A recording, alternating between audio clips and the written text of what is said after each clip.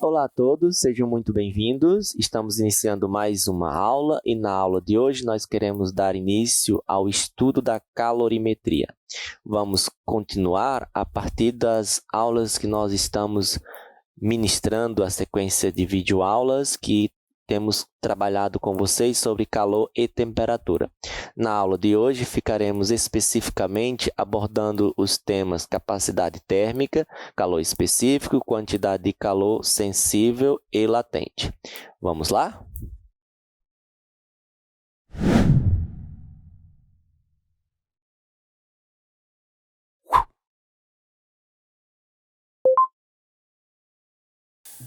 Bem, gente, então vamos iniciar. Eu queria convidá-los a analisar juntamente comigo este texto, esta figura, e aí a gente vai refletir um pouco sobre ela, tá bom? Vamos lá. Na fotografia acima, o homem não protegeu parte da cabeça ao esmerilhar uma peça de metal. Essa região de seu corpo pode ser atingida pelas fagulhas geradas no processo de corte, as quais, no entanto, raramente causam dano à pele, porque apesar da alta temperatura, suas partículas têm baixa capacidade térmica. Quando atingem a pele do operário, perde calor e resfriam-se rapidamente sem causar qualquer queimadura.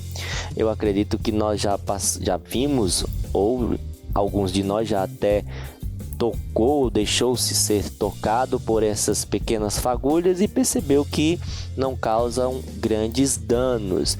E nós já vemos o porquê. O texto vai nos dizer que é porque esse pequeno pedaço de metal esmerilhado, arrancado, ele tem baixa capacidade térmica, ou seja, ao ser lançado, ele vem em alta temperatura, vermelho rubro, como você pode ter visto na sua experiência diária, cotidiana ou na imagem aí. Então vem em alta temperatura, mas ele ao tocar na sua pele rapidamente se esfria, rapidamente diminui a temperatura, não lhe causando nenhum dano. E esta característica é o que nós dizemos do material, que ele possui baixa capacidade térmica. Então vamos analisar o que isso significa e tentar compreender e entender o conceito de capacidade térmica. Quero convidá-los a começar analisando esse pequeno modelo onde nós temos dois corpos, A e B. Esses dois corpos, é claro, o texto, a imagem não nos fala, mas pelo tamanho a gente supõe, deduz que eles têm massa diferente. No entanto, eles estão sendo aquecidos por este pequeno fogareiro, que nós chamaremos de bico de Bunsen. Ele está emitindo uma chama em ambos os corpos e este está recebendo a mesma quantidade de calor, a mesma quantidade de energia por calor, 100 calorias, tá certo? Observe que o primeiro corpo, ele experimenta ou recebe uma variação de temperatura de 20 graus Celsius, enquanto o segundo corpo recebe ou experimenta uma variação de 10 graus Celsius. Ou seja, observando a nossa pequena equação aqui, o primeiro recebeu 100 calorias, variou 20 graus Celsius. Logo, a capacidade térmica de A é 5 calorias por grau Celsius. O segundo, o corpo B, ele recebeu 100 calorias, a mesma quantidade que A, só que sua variação de temperatura foi 10 graus Celsius. Ou seja, ele tem uma capacidade térmica 2 vezes maior que o de A. Ou seja, neste caso nós podemos deduzir ou afirmar que a capacidade térmica do corpo B é maior do que a capacidade térmica do corpo A. Portanto, podemos dizer que capacidade térmica C de um corpo é a razão, é a divisão entre a quantidade de calor transferida e a variação de temperatura provocada, ΔT, tá bom?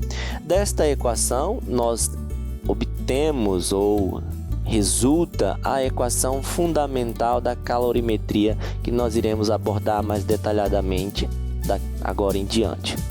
Então vejamos nosso próximo slide. Quando a gente fala em quantidade de calor, não podemos deixar de comentar sobre calor específico. E o que é calor específico? Calor específico é a quantidade de energia que um corpo de 1 grama necessita receber para variar sua temperatura em 1 grau Celsius. Veja mais ou menos, ou vamos tentar compreender aqui esta figura. Nós temos uma barra de ferro, um corpo metálico, cuja sua estrutura é o ferro, e aqui nós temos a água. As massas, vamos considerá-las como massas iguais. Então, esta imagem está nos dizendo que o ferro vai aquecer muito mais rápido do que a água. Então, nós podemos dizer ou inferir que a capacidade térmica desses corpos, nós já vimos no slide anterior, que depende da quantidade de energia recebida e a variação de temperatura. Agora a gente está analisando outra coisa, o calor específico. Nós podemos ver que o ferro esquenta rapidamente e também esfria rapidamente. A água não, ela esquenta lentamente e esfria também lentamente. Isso porque a água ela tem um dos maiores calores específico dos materiais. Vejamos nesta tabela e vamos analisar em calorias por grama vezes grau Celsius. A água possui o maior, é 1 caloria por grama vezes grau Celsius. Agora observe que o ferro, não só o ferro, mas todos os metais, ele possui calor específico muito baixo. Essa característica dos materiais, que depende de cada material, o calor específico, como eu já falei para você, ela faz, ou pelo menos confere, a característica do corpo em aquecer rapidamente e esfriar rapidamente. Você pode ver isso no seu cotidiano analisando a areia. Você vai à praia ou a um ribeiro de água às 7 da manhã, você vai ver que a água e a areia estão geladinhas. Às 10 horas da manhã, você vai ver que a água ainda está gelada e a areia já está quente. Às 3 da tarde, água e areia quente. Às 6 da noite, areia gelado, a água quente. Ou seja, a água aqueceu lentamente durante todo o dia. Por isso que os desertos são regiões cuja vida é extremamente escassa. Por quê? Porque durante o dia, deserto tem grande quantidade de areia. Vamos pensar no deserto do Saara ou qualquer outro que tenhamos grandes quantidades de areia. Ou seja, durante o dia, muito quente. Durante a noite, muito frio. Por isso, a vida em deserto é um fator.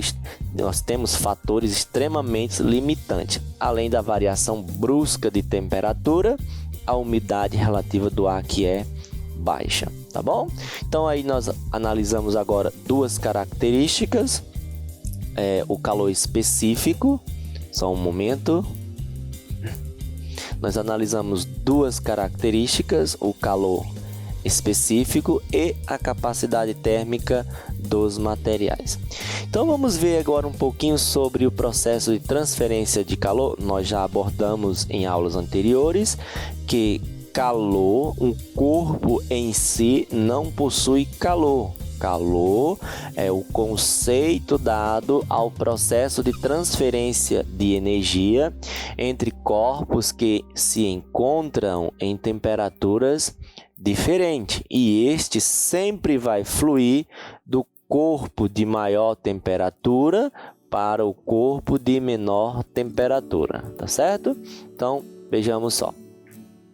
Com o passar do tempo, estes corpos tendem a atingir ou alcançar ou chegar à mesma temperatura. É o que nós chamamos de equilíbrio térmico, tá bom? Então, resumindo, aí está a nossa equação da capacidade térmica. Temos aqui embaixo o significado de cada um deles e a unidade de medida de acordo com o SI. Embora seja mais comum nós no ensino médio, nas questões envolvendo vestibulares e Enems, utilizarmos ao invés do Joule ou Joule, a quantidade, a unidade de medida de energia em Cal, que é a abreviação de calorias, tá bom? Então vamos prosseguir. Analisemos este modelo e vamos considerar que o sistema seja termicamente isolado, ou seja, não haverá perca de energia por calor para o meio externo. A troca de energia vai ficar especificamente entre os blocos A e B. Observe que o bloco A está a 70 graus Celsius e o bloco B a 10 graus Celsius. Então, a transferência de calor, a transferência de energia por calor, irá acontecer do corpo de maior temperatura, o bloco A, para o corpo de menor temperatura. Com o passar do tempo, eles atingirão o equilíbrio térmico. E o que é o equilíbrio térmico? É a tendência universal que os corpos têm em atingir a mesma temperatura, tá bom? Como nós discutimos em aulas anteriores sobre o uso do termômetro, ok? Muito bem, então nós podemos dizer que a capacidade térmica é a razão entre a quantidade de energia por calor, a energia transferida por calor, por unidade de temperatura, ou nós podemos também calcular a capacidade térmica multiplicando a massa vezes o calor específico, tendo como referência o calor específico da água, que é de 1 caloria por grama vezes graus Celsius. E aí está a nossa equação fundamental da calorimetria. Nós iremos utilizar um macete, né? Nós costumamos a chamar isso aí de que macete, né? Por quê? Porque nós temos a quantidade de calor, a massa, o calor específico e a variação de temperatura.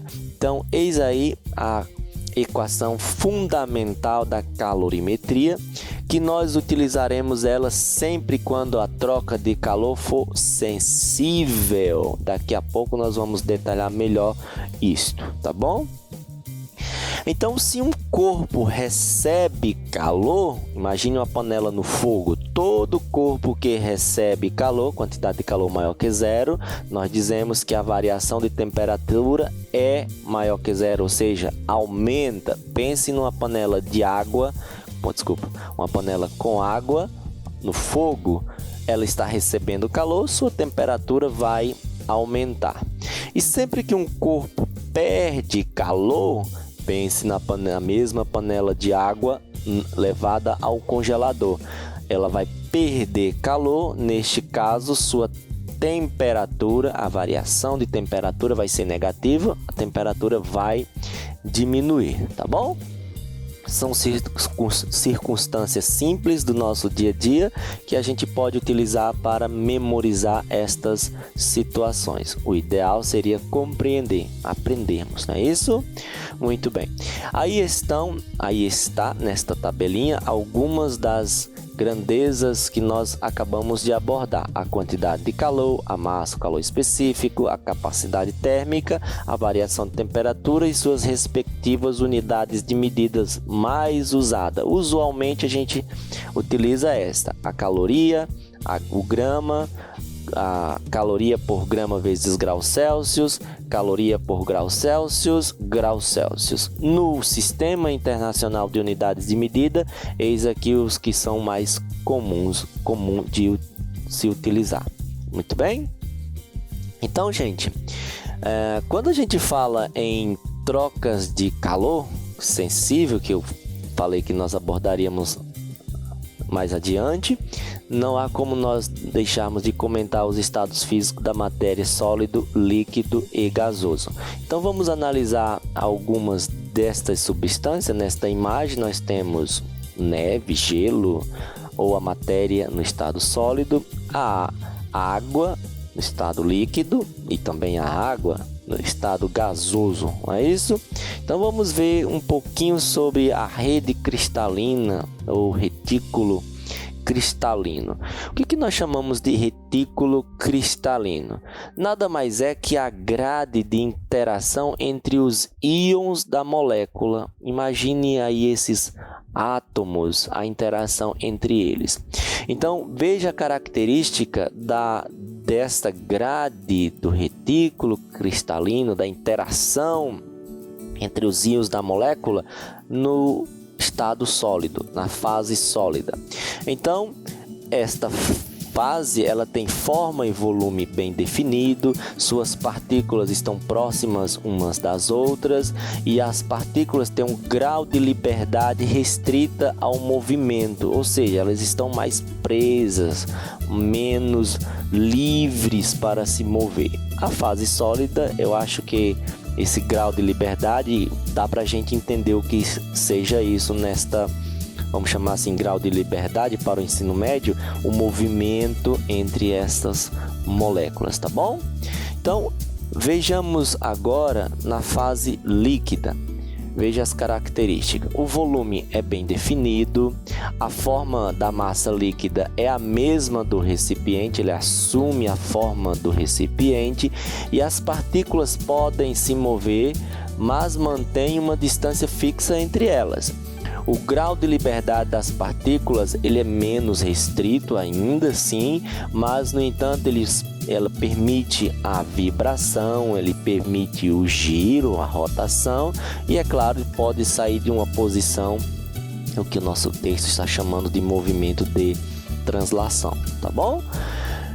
E por último, a fase gasosa, vejamos as características, ela assume o volume e a forma do recipiente, o mesmo da massa gasosa, suas partículas estão livres para se mover, ou seja, o grau de liberdade já é maior, e o movimento ele é permanente e desordenado, não apresenta um movimento preferencial, tá certo? Então aí nós temos os gases representado pelo volume e forma do recipiente que os contém e a atração entre as partículas. Nós não vamos falar sobre isso agora, tá bom? Quando você estava nos anos iniciais, você dizia que este modelo, veja que nós usamos outras palavras, não foi, gente? Retículo cristalino e grau de liberdade. Quando você estava nas séries iniciais, ou seja, os anos iniciais, o ensino fundamental, você ouvia da seguinte forma: as partículas no estado sólidas estão juntinhas, no estado líquido estão mais afastadas, no estado gasoso mais afastada ainda. É a mesma coisa, a gente só usou outras palavras e, é claro, com um conhecimento um pouco mais elaborado, tá bom?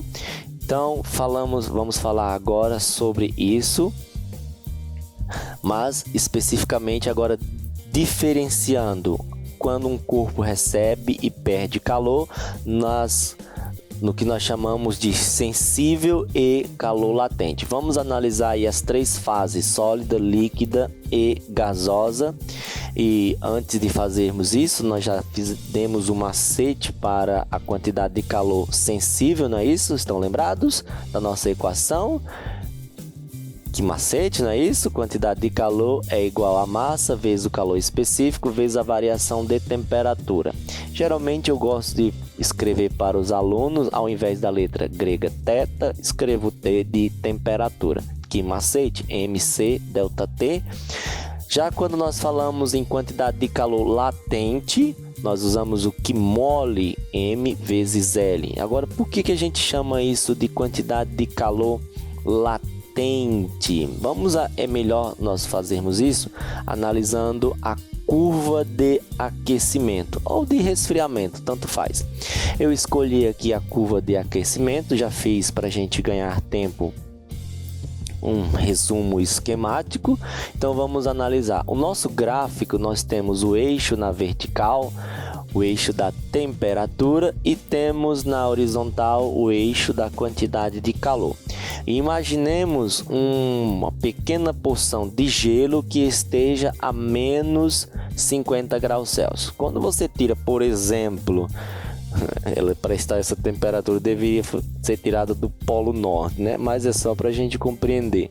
Imagine uma porção de gelo que você retirou do congelador. Quando você retirou do congelador e deixou a temperatura ambiente,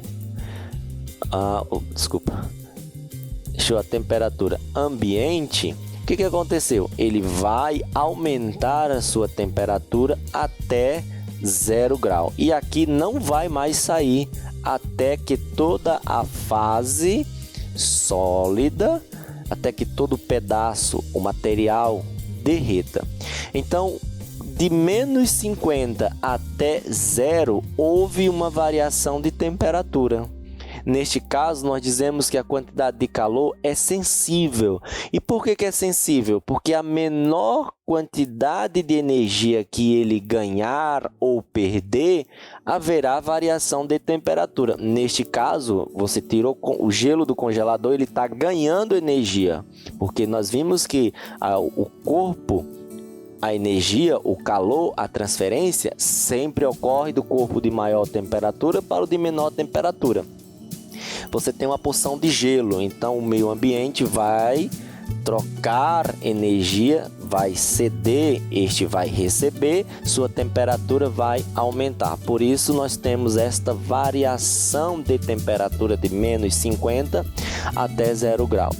Só que chegando em 0, que é o que você provavelmente faz na pizzaria ou quando vai em algum ambiente, você pede a comida e a bebida e diz para o garçom: gelo, por favor. Né? Vamos dizer que você, aluninho menor de idade, pediu refrigerante, tá bom? E aí você diz gelo, por favor. Por quê? Porque quando ele está na mudança de fase, ele está no estado de latência.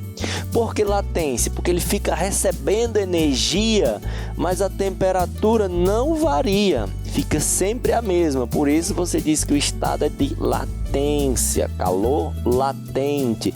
Se não há variação de temperatura, sua equação é o que mole, não é isso? Então ele vai ficar nesta fase até que todo o sólido derreta.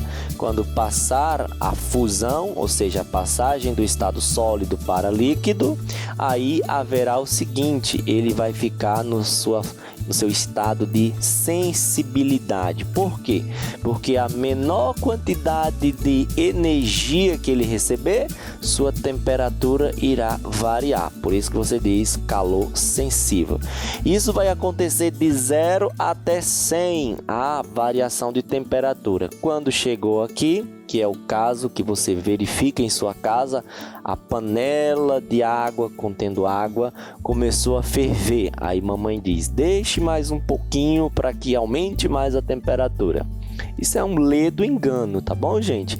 Uma vez que a água entrou em ebulição, a temperatura não mais varia, ela vai ficar no estado de latência. O que é esse estado de latência? A chama lá, o fogareiro, mandando energia para a panela, e ela vai ficar mudando apenas, a panela não, a água dentro vai ficar apenas mudando de fase. Qual é a fase?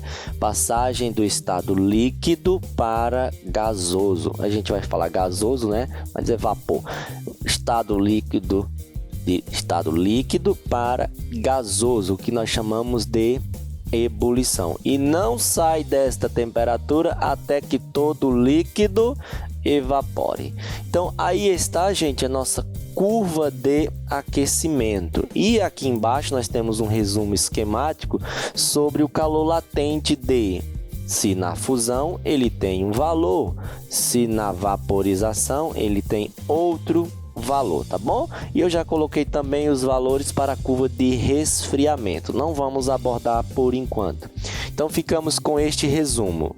Se houver variação de temperatura, que macete, quantidade de calor é a massa, calor específico, variação de temperatura. Caso contrário, se não houver variação de temperatura, houver apenas mudança de fase. Quando a gente fala mudança de fase, o que estamos nos referindo?